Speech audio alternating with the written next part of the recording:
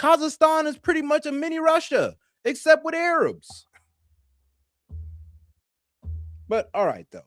Let's go ahead and get into the next video. And in the meantime, though, you guys can go ahead and enjoy this funny clip. Iran made a video about Charlie Kirk. I didn't even know that was in their wheelhouse. It was literally a video. You have this Iranian general just sitting in a chair with his face blurred. He's speaking in English, which means it's to me, okay? But he has an Iranian accent. I know it's an Iranian accent because I lived in LA for 10 years. Like, let me tell you about a Charlie Kirk. I'm like, what do you got for me, General? And he's like, did you know Charlie Kirk was killed by your government? I was like, yes, I did know that. I did actually. He's like, well, while we were hacking Cash Patel for funsies, we got into your FBI's mainframe, no big deal. Apparently the password's Valhalla123. And we found documents that revealed that your government plotted the murder of Charlie Kirk, and it didn't go according to plan. What? Our government botched an assassination attempt?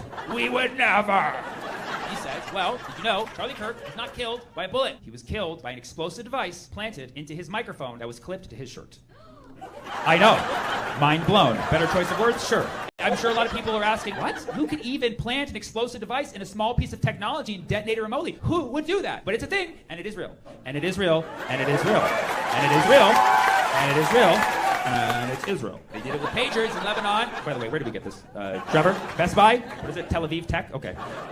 He said the device was supposed to explode downward into Charlie's chest cavity to make it seem like a clean gunshot wound to the chest. So we would all be like, oh my God, he was shot. And they'd thumbs up the fake Tyler on the roof. Be like, good job, buddy. We'll see you in Valhalla. But it didn't go according to plan because the device misfired. Like, where have I heard that before? And a piece of shrapnel shot through Charlie's neck and it came out the place that we were supposed to see the bullet going in. Now, this was the part that he said that blew... Okay. This was the part, he said, that really opened my eyes. He said, because it misfired and because it exploded in all sorts of which ways, a bunch of pieces of shrapnel flew everywhere, and a lot of them went down and lodged themselves deep into the concrete where Charlie Kirk was speaking. And this is why, the next day, a bunch of people came to repave the entire area. So Charlie Kirk is shot, and the next morning, a bunch of random guys from God knows where in Israel come and start repaving the entire asphalt. Just like you could have chose a better time to do that. This is literally the weirdest, most eerie part of the Charlie Kirk case, aside from Erica. It is the second strangest part about the case. Like if you were watching a crime drama like CSI Orem and somebody gets shot and then like moments later like, oh, nothing to see here, we're just repaving the whole area. That would be like a 10-part series where they're trying to figure out like who the are these contractors? And so then the Iranian general was like, and this is how you know that it was your government who killed Charlie Kirk. Like and subscribe to my page. Hit the bell. I was like, do you have Lego content? The Iranian intelligence, they understand the American mind because they know that Charlie Kirk is a very sensitive issue in the United States. They understand that even better than I did. Because after Charlie Kirk was shot, I honestly didn't even know that much about him. I was like, oh my God, that's horrible. But I still did a stand-up routine because that's what I do. I would do it to any of you. Don't take it personally. I posted it on YouTube and YouTube took it down instantly. That's never happened to me in the history of my whole career. And you've seen some of the things I talk about. That's how many people flagged it saying no, they were upset, they were very sensitive about it. I didn't know you can't make jokes the same day. All right, that was stuff on my part. I should have at least waited for the cement to dry.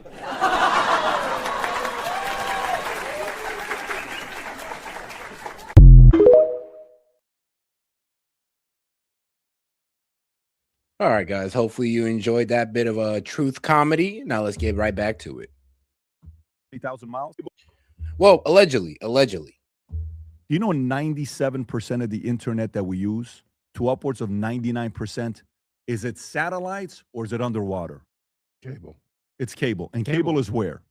Underwater. Underwater. 97% underwater. You know how many thousand miles? There's 750,000 miles of cable underwater. Each mile to build these is between $400,000 to $1.1 million to create each mile of this. So go 750,000 miles of cable. Okay. What the hell does this have to do with anything? And like I said, it was that map. It goes into the map that I was showing you guys, to this map right here. This is the, well, yeah, these are the internet cables that my man's talking about all over the world, a shitload of them. And if we hone in right here and our guys over here in Iran, and quick correction, because thanks to my man Chad, yeah, guys, sorry, but the Caspian Sea actually connects right to Europe. My bad. Sorry, I forgot this little strip right here is Europe. Sorry, mistaked it for Kazakhstan. Oops-a-daisy. But yes, so yeah, Iran could go through the Caspian Sea right into Russia. And then, of course, like I said, take railways to Kazakhstan into China. So, like I said, blockade ain't doing nothing. And look over here. Look at all these cables over here in near Iran that they're threatening to cut. Do you see the problem here? And this is why I say Iran has what? Escalation dominance. because they can go ahead and start cutting off the internet for everybody in that region.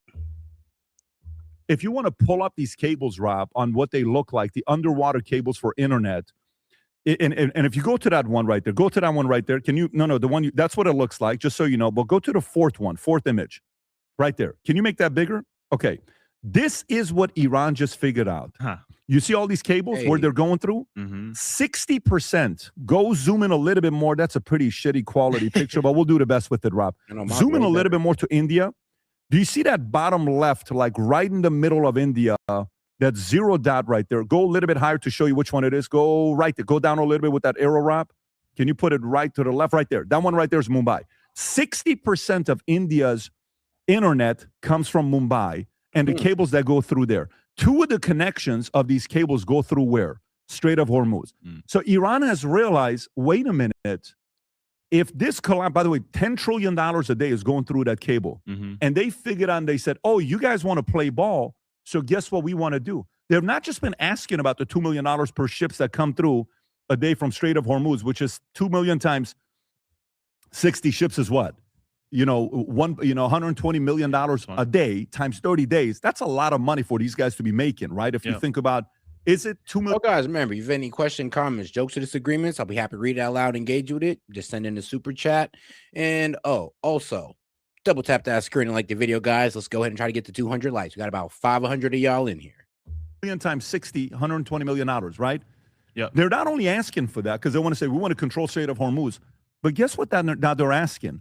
They've made 3 requests. 1, they want to take control of the cables that goes through Strait of Hormuz. 2, the entire, if it breaks and fixes, you can't use any other company except for Iran to be able to fix the cable. So they want. Iran's like, nah, bro, we want to be an internet provider. Under hostile situations, under a hostile type of deal, aka, yo, this internet you get from this line right here going through the Strait of Hormuz, we about to make you wish you never laid it down here. So, we now control it. You'll now be paying us to make sure that you have internet throughout the region. So, what y'all about to do? You about to bend the knee, or is y'all about to go without internet? The business to go through them, and he's now asking, do you know who has cables on Strait of Hormuz? Which companies? Microsoft, Apple, Meta has built their own cables that's going through there. India all of a sudden comes out and is like, wait a minute. We cannot, because Iran's like, hey, we found out about these cables.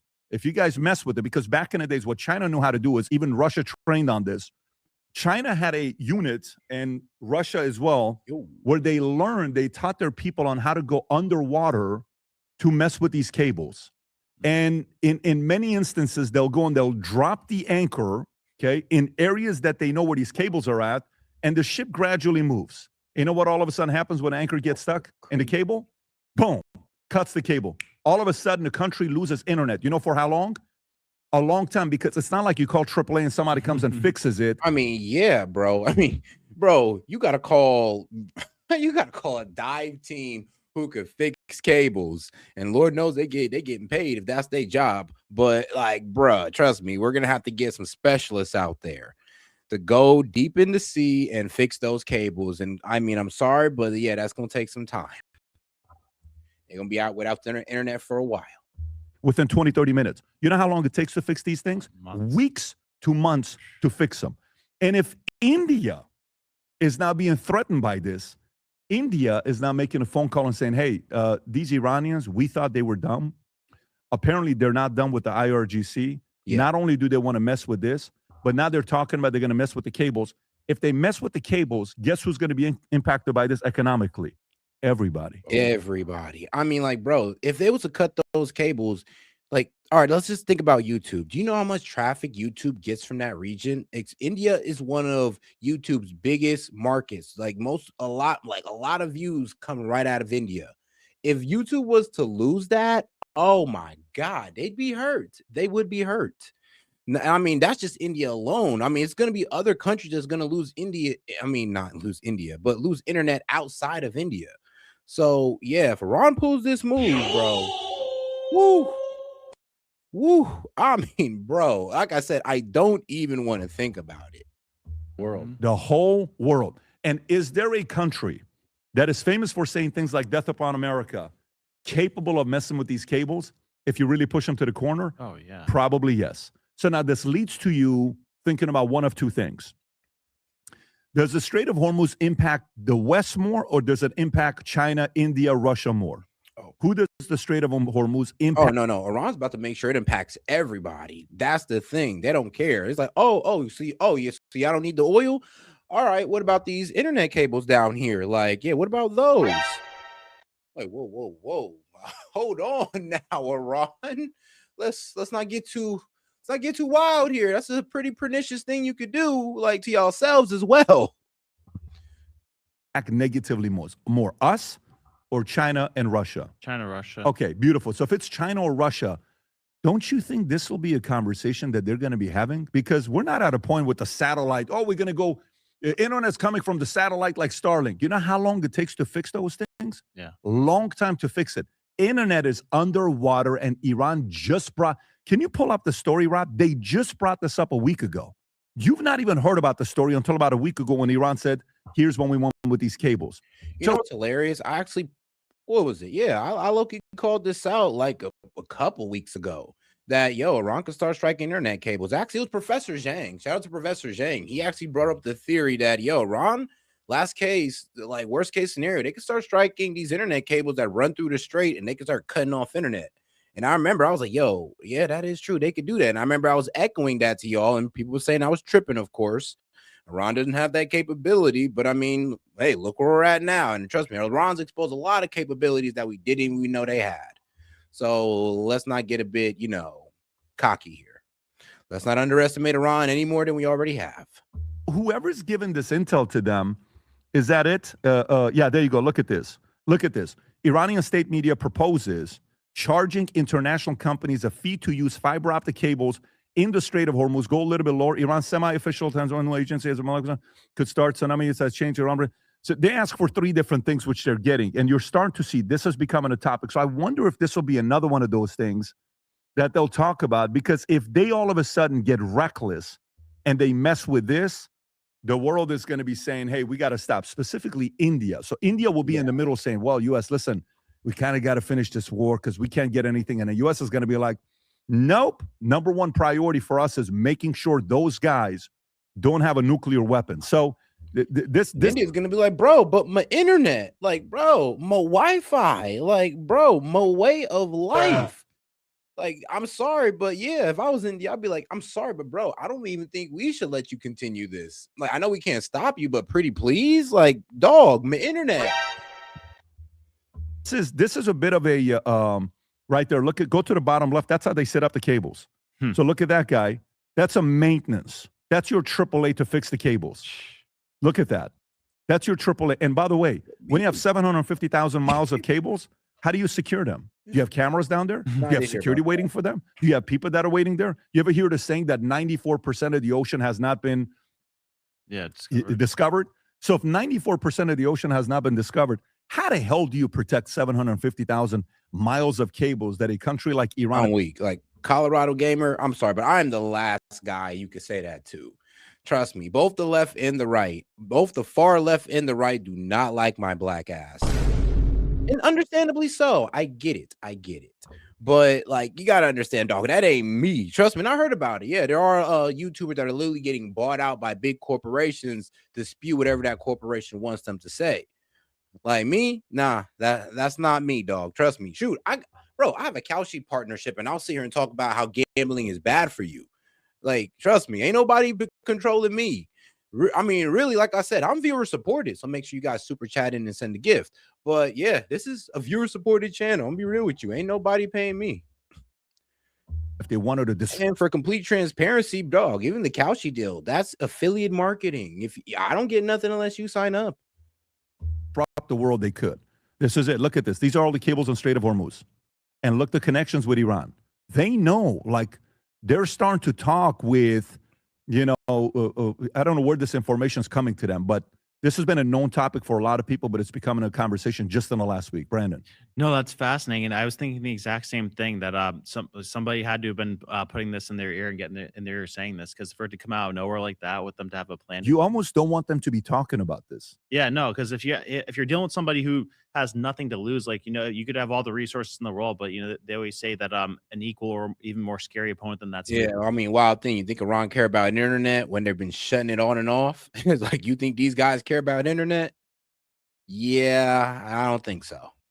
He has nothing to lose. So if they're already living in pain and no energy, turmoil, what is it to them to do this to set the Nope. Not me. Shoot, I can't be bought. And shoot, people have tried, but nope. Like, shoot, they were trying to pay me to support Ukraine, and I told them nope. world on fire? It's That, and I was already too far in. I was like, y'all trying to pay me to change my opinion on Ukraine? Like, I'm sorry, but I'm gonna still say y'all losing and y'all getting y'all land took. It's like, I'm not switching up. Like, trust me, it's already been attempted, brother. It's already been attempted.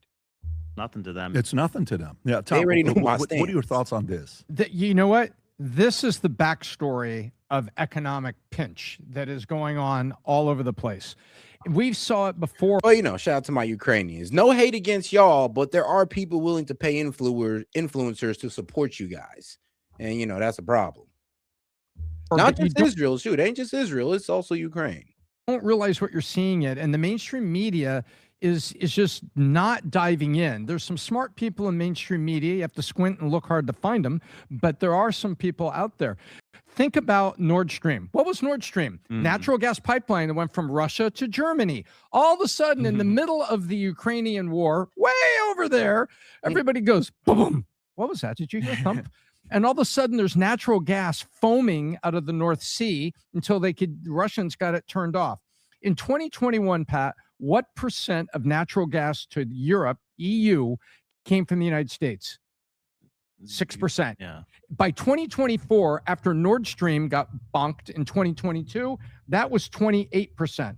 The end of last year, it was approaching 40%. By the end of this year, the natural gas, LNG, to EU from the United States will be 80%. And guess who's no longer collecting money on the Nord Stream pipeline because they haven't been able to fix it? Russia, because they've been kind of busy with the Ukraine thing, and there's like this, and maybe our guy's got cancer, maybe he doesn't. Now, fast forward here, these are the backstories of economic pinch.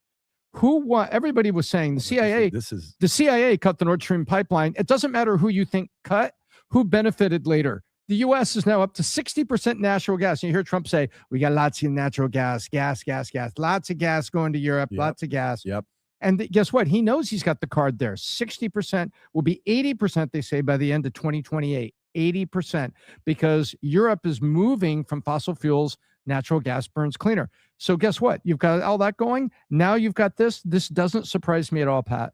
This is Nord Stream with data bits, where once you break it, who wins? Or they just want to put a toll booth on it and with a light switch. So here's the question. Okay. Basically, it's like, what, you're telling me Iran's willing to go down there and put some type of switcher on those cables where they're like, yep, congratulations, guys, we're now an internet provider. You pay us to keep the internet on in this region. Man, if we let them get that off, guys, oh my God, this war is going to be marked down as like one of the worst ideas a president has ever made. All right, listen, and now you know why other presidents didn't go to war with Iran. And now you see why Trump is not brave, or he just has the balls to do it, is that no, he's the only one gullible enough to fall for the selling that Bibi Netanyahu gave to him on going into war with Iran. So no, it's not that he has the balls or he's just this brave guy. I mean, I'm not saying Donald Trump ain't brave or whatever. I ain't saying that, but I'm just telling you this right now. The decision to get into this war wasn't a brave decision. It was a stupid one. It was an idiotic one. It was an ill-informed one at best. Upset. Question, no Tom. OnlyFans for Europe. Click. This is the question, though. I'm going to come to you, and then I'm going to come to you. The question becomes... subscription. Hedonism. If you're negotiating with a country like Iran, okay, they just brought this up, the cable. Okay, so then you have to ask yourself, did they figure this out? Or did Russia drop this on them and whisper to them and say, hey, like, do you think if you're sitting down with Iran and Russia in that room that they had Abbas Araghchi that went over there and met with them in Russia? I don't know if you remember that when Putin said we're teammates, we're allies. What do you think is the possibility of Abbas Araghchi saying the following to Putin? Hey, Vladimir, question for you. what is the one area of pain that we can bring to the world that nobody is thinking about?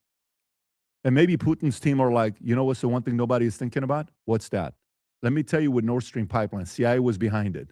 Tom, you know, if you want to scare them up, you know what you do? What's that? Why don't you go talk about all the cables that are coming through the Strait of Hormuz?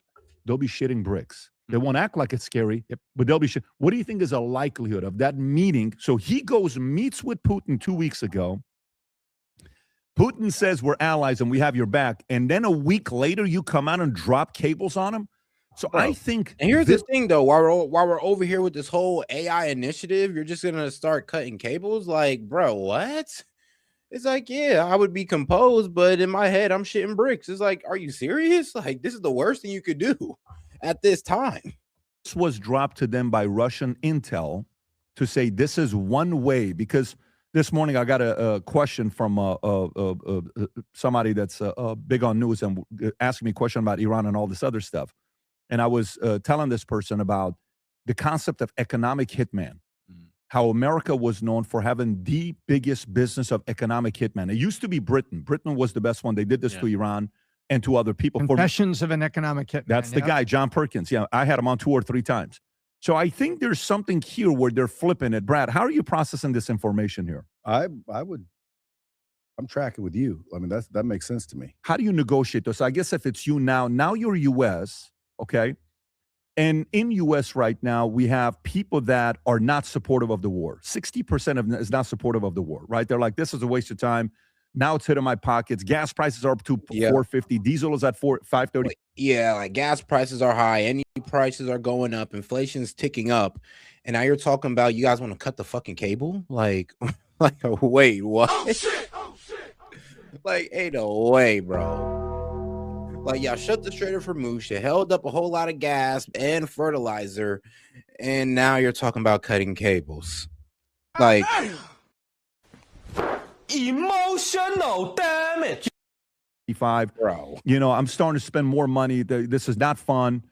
But Iran, the country that wants to have nuclear weapons, they've said it publicly that they want to have it. And now they're telling you with the cable, if that's the negotiation that they're having, how do you negotiate back with Iran? Do you sit there and say, okay, you can get some revenue from the cables, you can get some revenue from the Strait of Hormuz? How do you negotiate with them? You know, I would have to get a little bit more into the details, only because, you know, what do they want? What's their end goal? And based on that, I would. If it's a nuclear weapon, that can't happen. They want the nuclear weapon. That can't happen. Bro, they don't want the nuclear weapon. They honestly just want to be left alone. And bro, it was in their proposal that we never attack them again. They want it in writing that we never attack them again. They're willing to sign a 10 to 20 year deal saying that they won't enrich past 60%. Sadly, they won't give up their enrichment because they don't trust us not to attack them again. So they're like, how about this? 10, 20 years, you let us keep this 60% enrichment. Then, you know, if you guys are behaved and you guys don't pull out of the deal, then we'll go ahead and we'll start talking about watering it down. But if not, then, I mean, you're going to solidify why and vindicate us for why we need this 60%. And this is what Iran has proposed to us.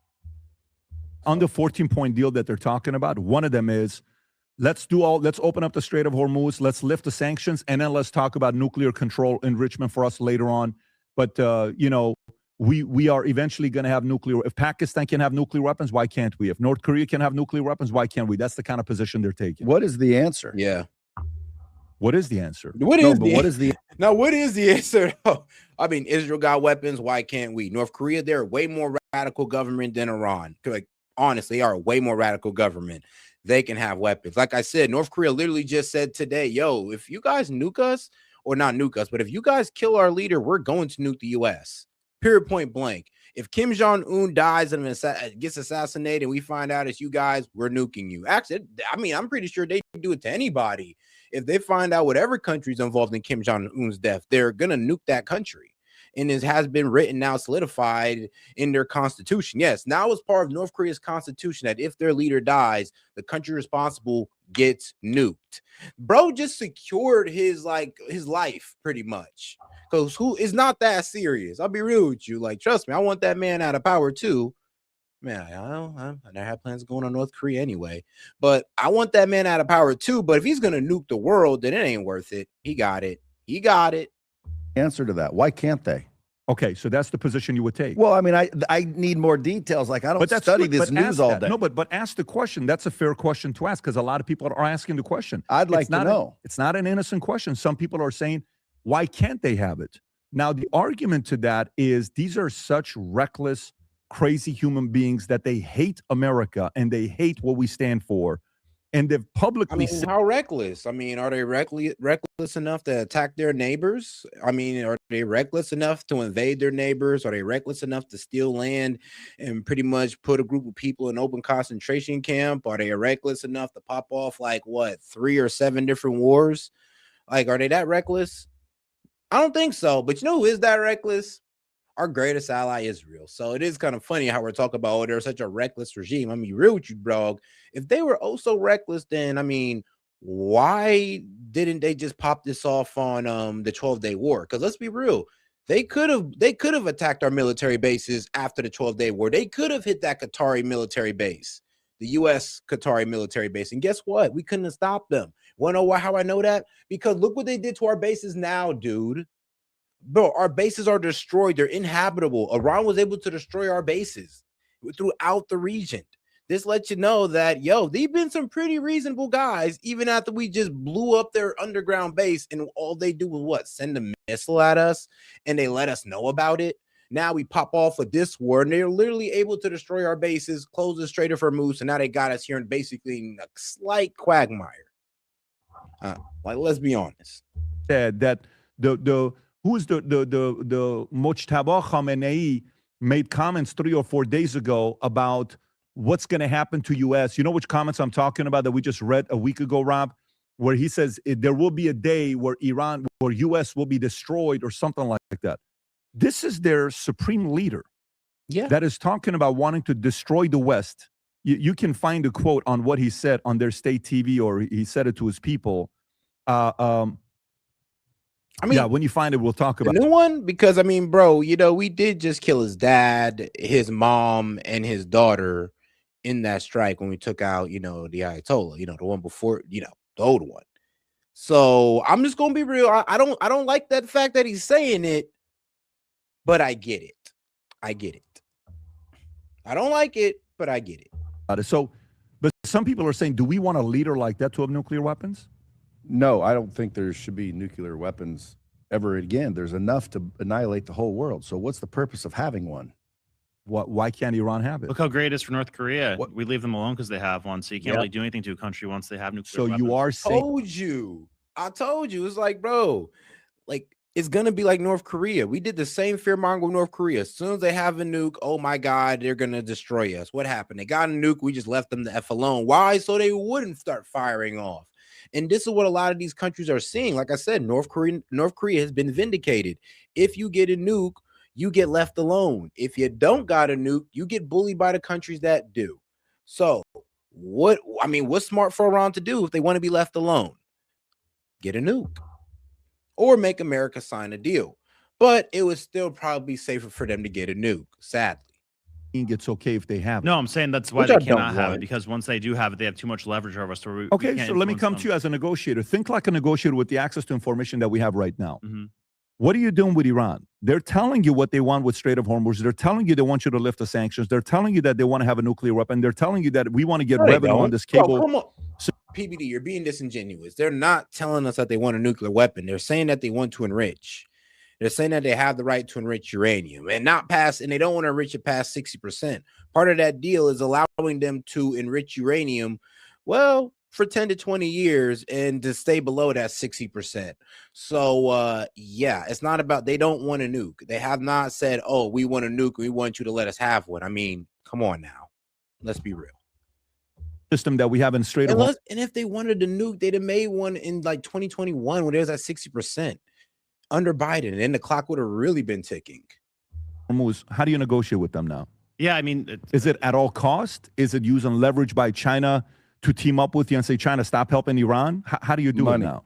Yeah, give them the money. You have to match their level of savagery. Unfortunately, like it's not going to be a pretty situation. Okay, so you're saying match their savagery. Like, you're saying give them the $30 billion that's sitting in the account. Tom, what do you do? No, Match their can't. savagery. I mean, bro, if you want them to agree to a deal, you're gonna have to release some frozen Iranian funds. You're gonna have to pull an Obama, and Trump don't want to pull an Obama, but that might just have to be done. You might have to freeze some Iranian money, and I know what you're gonna say, but they're just gonna spend it on proxy and missile set. Well, look, man, look. What's more important? Okay, you got A, B, or C: nuclear enrichment. You got their missiles and you got their proxies. You only get one. Which one's more important? Well, if you're reasonable, you're just going to say, all right, the nuclear enrichment. All right, then let's get that done. And the missiles and proxies, we'll leave it to Israel. Why? Because that's an imminent threat to them, not us. That's their problem. So let's leave it to them. You have to push them hard. And the issue is you got to control Russia. No one's talking about Russia here. Russia is so pissed at the United States because our entire government, except our president, was willing to help Ukraine. Now, I'm not going to take sides in the Russia invaded first, and basically Biden gave him the wink green light. But then we gave all this aid to Ukraine, and they bought all the things that you needed to fight a war, like yachts, tanks. Wait, you missed my punchline. Tanks, planes, drones, Bentleys, and yachts. All the things you need to fight a war, according to what they were buying. And then what did Russia do with Iran? The first weeks of the engagement, they did this. They gave them satellite. Actually, wrong. Actually, no. The JCPOA, they got release funds. Yeah, they got release funds for staying to enrich at 3.6%, not enrich at all. I mean, bro, some of y'all don't even really got the JCPOA deal down right. Like, it's kind of crazy. Imagery of where we had concentrations of equipment, Pat, in our bases in the Middle East. That was Russian satellite imagery. Hey, if you're going to launch these drones over toward Oman and UAE, Boris, this is what you want to do. Here, and here, the Americans have got a lot of supplies and things built up. You might want to hit them. Then Russia was caught giving there's an Iranian drone called the Shahed drone, SHAHED, Shahed. That's the main one they make. But it had poor tracking system on it. The Russians gave them technology to improve the tracking system, along with they gave them the targeting information on the ground. So if Russia is giving that to Iran and they are so pissed at us about Ukraine, do you think they're also giving them a map of the I mean, that's what I'm saying. This is like Russia's perfect time for get back. They could now sit there and be like, oh, okay, you want to hold us down in Ukraine by giving Ukraine weapons? Great. We'll hold you down in Iran by giving Iran weapons. Oh, yeah, and satellite information. So prepare yourself. So, yeah, I can definitely see Russia taking this time to get their get back. Cables? Yes. Probably. Do you think Russia's got better intel on the undersea cables than Iran does? Yep. Yes. Absolutely. And so what do you got to do about this? You either have to be more ruthless than the other guy and push it all the way over in a war that got far deeper than you wanted. Because if you stop now, we'll talk about nukes later. And now we have to, okay, so listen, we'll make a deal. You don't touch the cables. You get a toll booth on the ships on the water. You get a toll booth on the cables under the water. And we'll talk about nukes later. That's a W for Iran. No way. Yeah. That's a W for Iran. So this is the part. And it goes to the folks who are sitting there who are not supportive of the war. Okay? So you finish up today and you give everything with Iran. We get the gas prices to go back down to 289 or, 325 or whatever the numbers are. Great. But they get control of the Strait of Hormuz for the $2 million. They're able to enrich. You give them the $30 billion. And they have control because the three requests they made is maintenance, that anybody that's using a cable of Strait of Hormuz, they have to pay Iran a fee. The asks they're making. And by the way, just so you know, it's ridiculous on what can happen. So some people are like, I don't want to deal with it. The 60% of community. Guess what? We'd never be dealing with this if we didn't get into this in the first place. I always want you guys to remember that. Not do any of that stuff. Let's give Iran everything they want. Is that a better position? This is a very complicated situation. You just gave your competitor 2 new product lines, a toll booth on the water and then a toll booth on the cables under the water. Now he makes economic money on that to raise more havoc that he's already been doing.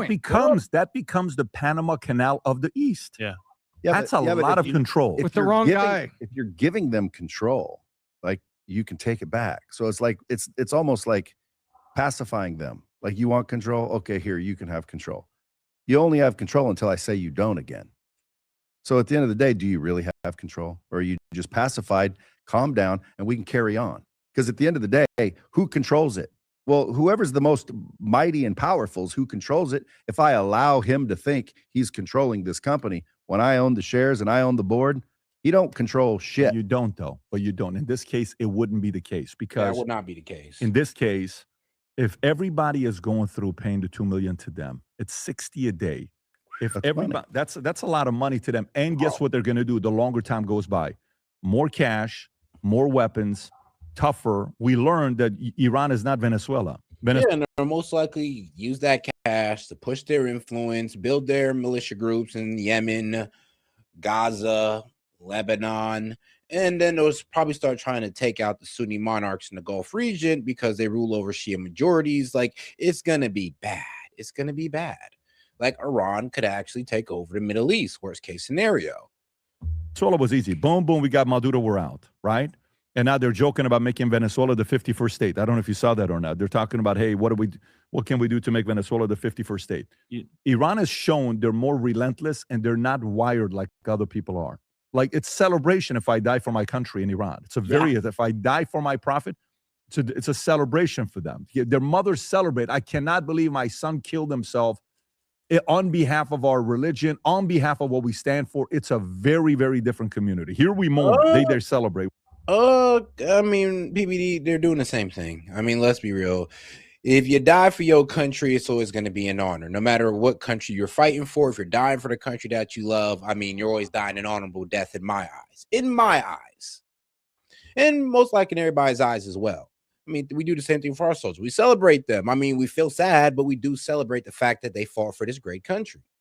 When somebody dies, you know, it could be done. I mean, and since we're saying that they're not rational actors there, but China and Russia are rational actors, even though we have our differences with them. Like, we could say, all right, screw Ukraine, let's make Russia happy temporarily and have them help us bleed Iran out, because, you know, Iran wouldn't be nearly as strong and in a position of strength if Russia and China weren't supporting it economically and from an intel standpoint. Yeah, you notice with everything that's going on with these guys visiting China and who the president is picking up to take with them. Look at the way he thinks on the amount of power he wants to bring to China to sit down in the negotiating table. Why would you bring Musk? Why would you bring Tim Cook?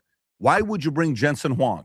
Oh, because there are oligarchs, and I mean, you got to bring the leaders of our country with you. Yeah, guys. I mean, that's kind of the first time we've been exposed as an oligarch. When you got when the president and a whole bunch of business leaders pull up, what does that tell you? I mean, it tells me that we might just be an oligarchy. Why would you bring all these guys? Why would you take all these guys to go? Maybe this whole thing is about sequencing. No wonder money and decision making that's going to lead to the end of being what he can get with Iran. And hey, give and take, and he knows the leverage that he has. All of this comes down to one thing, and that is, if you want to win in life, you have to know your next 5, 10, 15 moves. So once a year, we host a conference called the Vol Conference. I want you to watch this video. It'll give you a little bit of details about them. We'd love to see you at the event. We do this every year. This is the... All right. Yeah, let's go ahead and move on here. All right, guys, go ahead and get into the next video. Hopefully they let me play this. If not, I guess we'll just move on. But look, what was it? It was Tucker and Kevin O'Leary that had a pretty interesting debate on these, data centers. And what was scary about it is, it kind of seems like Kevin O'Leary could honestly give a damn about the American people, and he cares more about his obsessive competitive, I guess his competitive disorder with China. It's really fair to call it a disorder, but I'm be real with you. He's putting the American people over. I mean, I'm be real with you. He wants to get back at China so bad, he's willing to throw the American people under a bus. I'm just going to phrase it like that. But let's get right into it, because